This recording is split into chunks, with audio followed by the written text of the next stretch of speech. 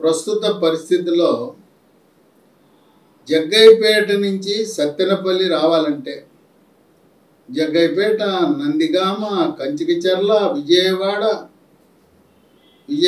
నుంచి మంగళగిరి, గుంటూరు, సత్తెనపల్లి ఇంత దూరం తిరిగి రావాలి. నీ ముక్కు ఎక్కడుందంటే ఇక్కడ చూపించాలి.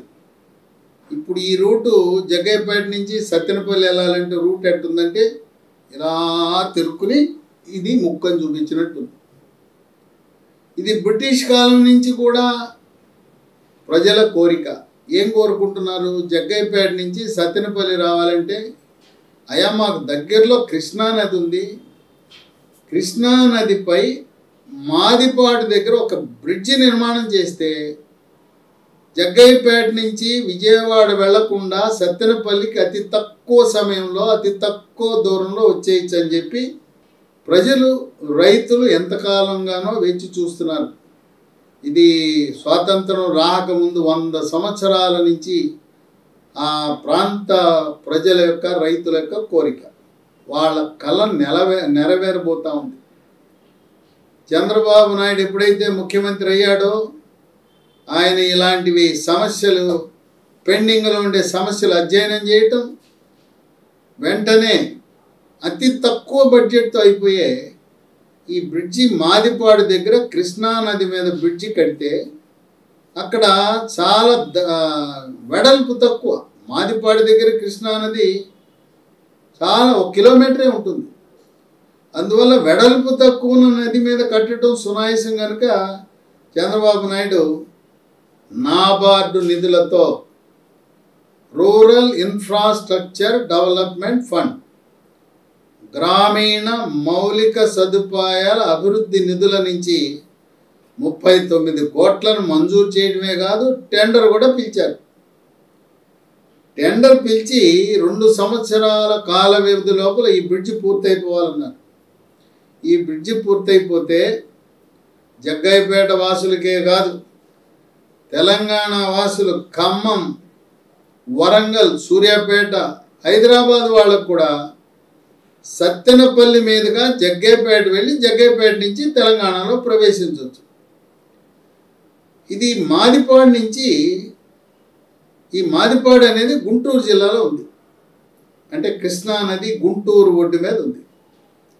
మాదిపాడు నుంచి క్రోసూరు వచ్చి క్రోసూరు నుంచి సత్తెనపల్లికి రావచ్చు.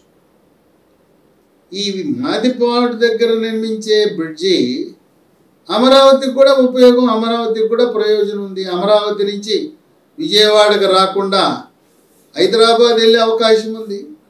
అది ఎలా అంటే ఇప్పుడు జగ్గయ్యపేట, మాదిపాడు,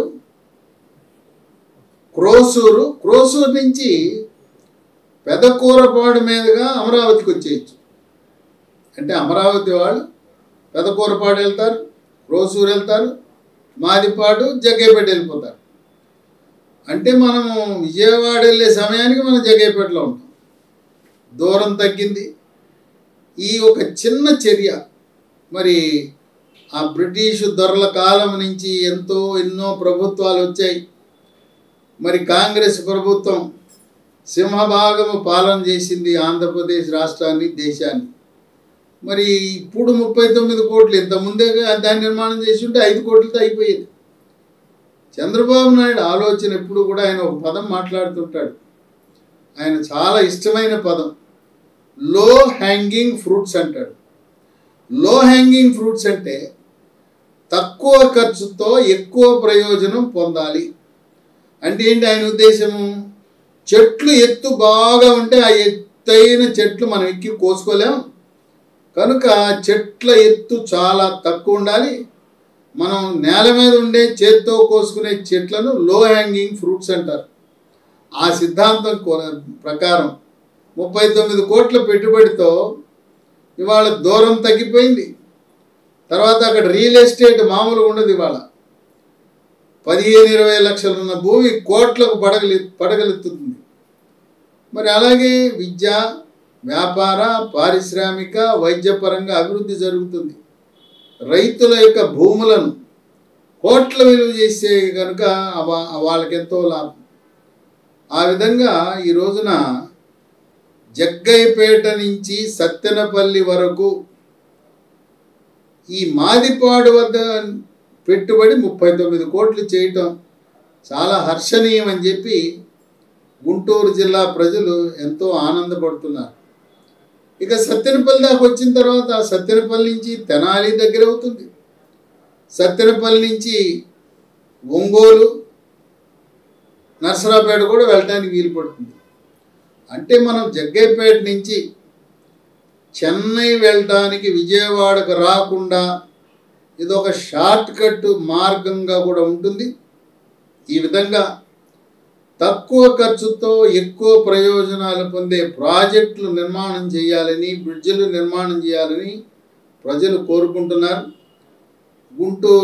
గుంటూరు వాసులు, కృష్ణా జిల్లా జగ్గయ్యపేట, నందిగామ నియోజకవర్గ ప్రజలు, అమరావతి ప్రజలు మాదిపాడు బ్రిడ్జి దాన్ని శాంక్షన్ చేయటం, టెండర్ పిలిచి త్వరితగతిన పనులు పూర్తి చేయమని ఆదేశించినందుకు ఎన్డీఏ కూటమి ప్రభుత్వానికి, చంద్రబాబు నాయుడికి కృతజ్ఞతలు తెలియజేస్తూ ఈ విధంగా ప్రతి జిల్లాలో కూడా తక్కువ ఖర్చుతో ఎక్కువ ఫలితాలు వచ్చే ప్రాజెక్టులు నిర్మాణం చేయాలని ఆర్థిక రంగ నిపుణులు, రాజకీయ విశ్లేషకులు కోరుకుంటున్నారు.